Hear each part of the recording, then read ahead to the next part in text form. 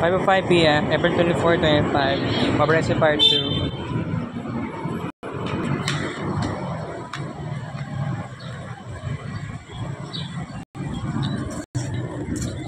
Alright, afternoon since survival vlog.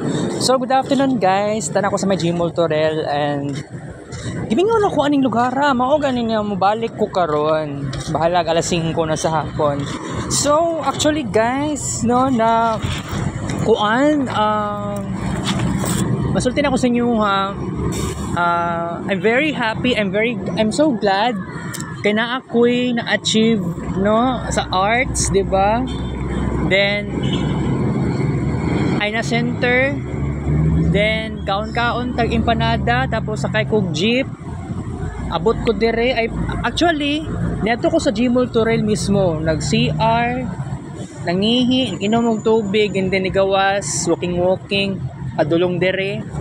So ana na akong life na ako, pero by the way pagod ko sa balay, maong choice na ako nga mugawas kog balay kasi sa tinuod lang wala jud koy lingaw, 'di ba? So dagan kay kog mga pangarap kung buot niyo naon, pero feeling na ako ambisyoso kaayo ko kasi na ako'y pagka overachiever samot na sa arts, 'di ba? So actually kailangan ako i-recognize ang akong sarili when it comes to being ambitiousness, kasi hindi ko always makonsider sa akong sarili nga ambitious or ambisyoso. Pero kung sabihin natin magbalik tanaw ako sa past, dagan kay kog ganap, dagan kay kog nahimo, dagan kog na-achieve, dagan kay kog accomplishments. So kung makaingon lang ko sa akong sarili, dili ko ambisyoso ngano na-achieve na ko ang nasa imagination nako. So gani mao gyud na pinaka-importante gyud maong mag-discuss ko karon na ako diri sa Gmall Torel. Okay, gawas sa Gmall Torel mismo. And I have to say no na by the way tomorrow day ugma day sa buntag buad today ko sa laboratory test, pero dapat unya magpuan day ko magsugod kog fasting unya 10:30 PM. Pero I don't know if mugamit pa ba siguro ko ani og murag kailangan ko mo inom og sleep well before 10:30 or basig 10:30 na gyud pwede na. Then mao gani ang problema na to kay kaganihang kadlawon, kaganihang alas 3 sa gabi alas 3 pasado mura pa doon alas 4 wala na ako natulog hangtod mga alas 9 sa buntag kasi naanad na ako ang lawas nga mag biphasic sleep, sometimes polyphasic yun siya.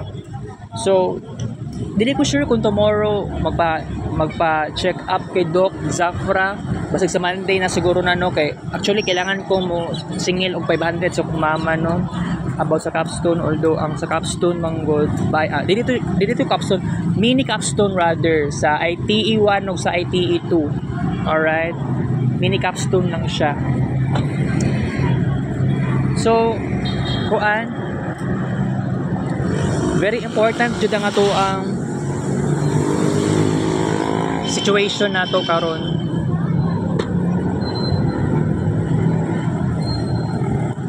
Kailangan jud nato go with the flow tayo guys. Pero by the way katong sakay kog jeep gani ha, na ako naramdaman nga discomfort, murag na something na sakit sa kuang batok, likod sa kong liog. Pero na ako'y kuan diri kana ganing so tawag gani kanang rub na diri sa kuang bag kay gikan ni sa Aina Center na ay kuan kanang customer. So may tawag gani basta ngani dala ko ani guys. Pero gamay na lang nabawasan na gid siya tanawa, right? Mura siyang itlog sa manok, pero anak jud na. So I have to tell you no, I have to be serious na naadjud tay mga pangarap na kailangan i-achieve. Pero ako naadjud ko something na complication. Naka-chest pain gani ko karon, naka-chest pain.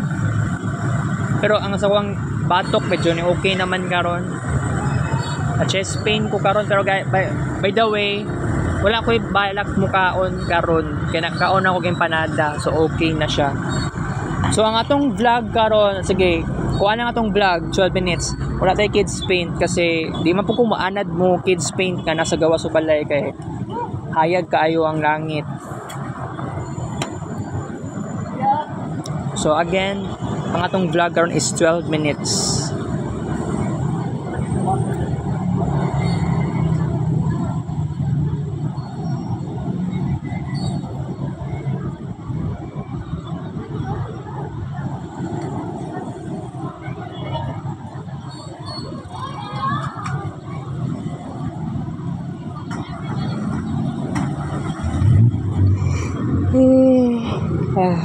Diyos ko, katugon.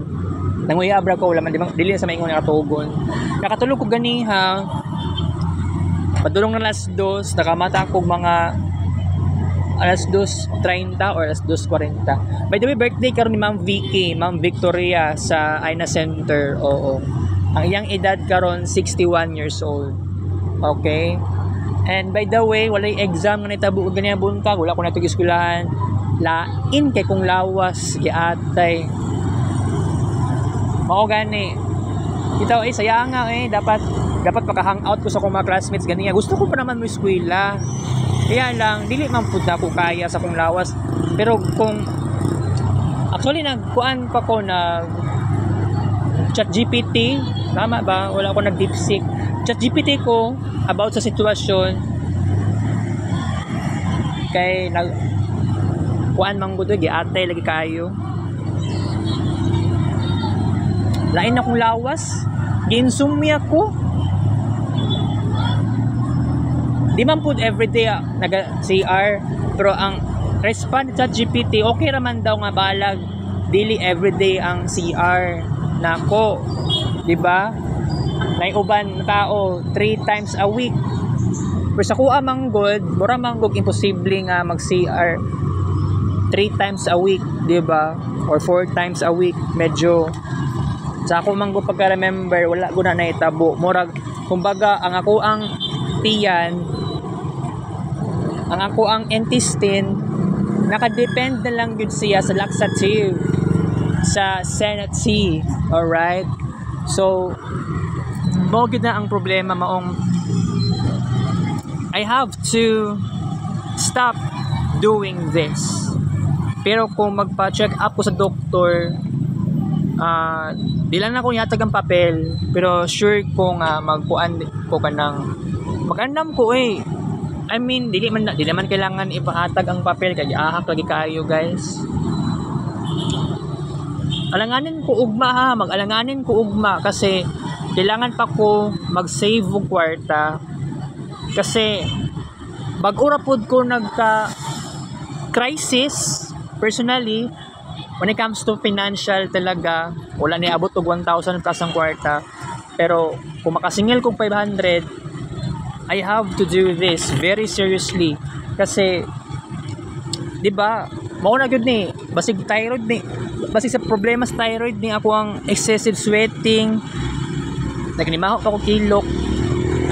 Pero karon ako ikuan karon ako ethyl alcohol para gikuan ako sa right side sa ko ang kilikili para mawala ang baho kay nigawas ang singot, grabe ang singot niya.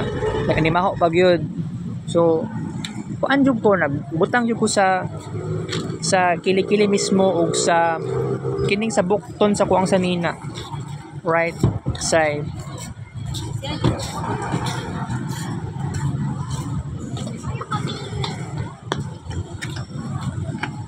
So mao to siya guys. So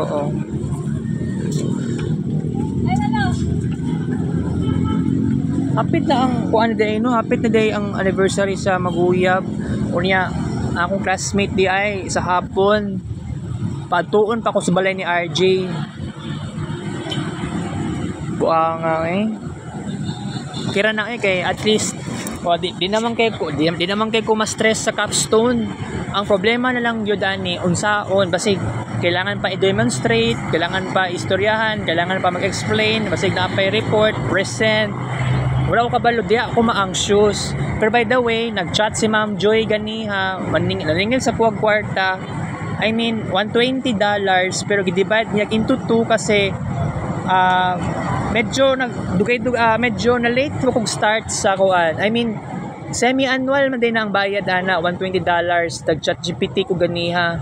Na-shock gani ko kay ang giba maningil sa gisinglan pa ko o kuan 3,000 pesos pag ang bayad.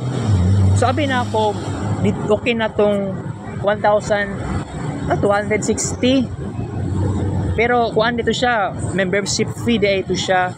Pero unsaon nato ni $60 pa ni karon. Dako na kay ni siya guys, giatay. Is this valid for 6 months o kung ingana man lang, okay fine. Mas gwapo manggod siguro no nga dapat permanente na lang dahil ko mo attend kasi sa tinuod lang gyud dili gyud kaya nga absinan pa nato ni siya. Yan na po isa ka tao dira sa kuan sa Toastmasters. Iwasan na ko siya. I don't know nga no. Si Ma'am Venus. Murag dili something good vibes ang ako ang pakiramdam sa iyaha. Murag siya pagka-bossy, ang ayang attitude. Kana ganing ako mag-present. Murag siya pa'y hilig magmali. Siya pa'y hilig mo bantay sa kuang mali, sa kuang the way mag-communicate, the way kumistorya, and that is very bad. Truly nga terrible ka sa kuang makakuan sa kuang confidence, maapektuhan ko. Mao gani na katong last Tuesday, mo to one of the reason nga wala ko ni adto. Basig sa face to face siguro to no. Wala jud ko ni adto kay giatay. Pero I try my best. Siguro next Tuesday pero ambot na lagi kay yatay lagi kaayo, mahal kayong gisingil 3,000 plus. Wala man lang ko gi-inform ani gyud ba. Pero ambot lagi sa website, basig na sa website sa Toastmasters, wala lang gyud ko nag-stock kung maayo. And buang gyud kayo guys. Good guys. So alright. So ni promise ko ha 12 minutes nga tong vlog karon kay traffic ba kayong kuan. Traffic karon nasa unahan sa Matina. Okay, I have to say goodbye. Kaya gusto ko lang show. Love you guys.